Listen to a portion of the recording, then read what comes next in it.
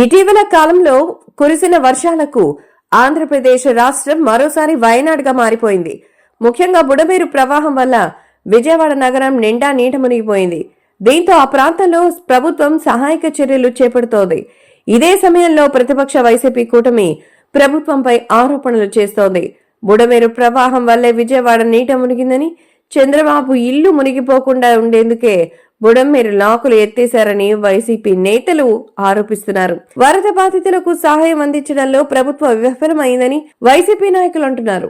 AP YCP నాయకులు చేస్తున్న ఆరోపణలకు బలం చేకూరుస్తూ ఏపీ ముఖ్యమంత్రి చంద్రబాబు నాయుడు వరద బాధితులకు సహాయం అందించడంలో విఫలమయ్యారని ఒప్పుకున్నారు.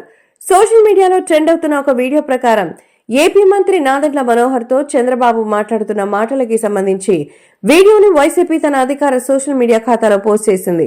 ఈ వీడియోలో చంద్రబాబు నాయుడు నాదెండ్ల మనోహర్ తో మాట్లాడుతున్నారు. అదే సమయంలో సహాయం అందడంలో విఫలమయ్యామని, ఇలా జరగకుండా చూసుకోవాలని సూచించారు. దానికి నాదెండ్ల మనోహర్ వివరణ ఇచ్చేందుకు ప్రయత్నించగా చంద్రబాబు ఒప్పుకోలేదు.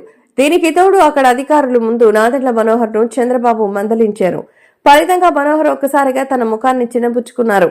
అధికారుల ముందు అలా తనతో అనడం, ఆయన ఏదో వివరణ ఇచ్చేందుకు ప్రయత్నించారు. బాధితులకు సహాయం అందించే క్రమంలో మంత్రి నారాయణ కలగజేసుకున్నారు. మధ్యలో మీరెందుకు వేలు పెడుతున్నారని అన్నారని నాదెండ్ల మనోహర్ చంద్రబాబు దృష్టికి తీసుకెళ్లారు. అయినప్పటికీ ఆయన మాటలు పట్టించుకోకుండా చంద్రబాబు వైఫల్యాలను ఎత్తి చూపించడం మొదలుపెట్టారు. దీంతో చేసేదేమీ లేక నాదెండ్ల మనోహర్ చంద్రబాబు చెప్తున్న మాటల్ని వినుకుంటూ వెళ్లారు. మరోవైపు పక్కన ఉన్న అధికారి కూరగాయల రవాణాకు సంబంధించిన విషయాలు చెప్తుంటే 25% మాత్రమే రవాణా చేశారు. ఇంకా మిగతా పని ఎప్పుడు పూర్తి చేస్తారని చంద్రబాబు ఆయన్ని కూడా మందలించారు.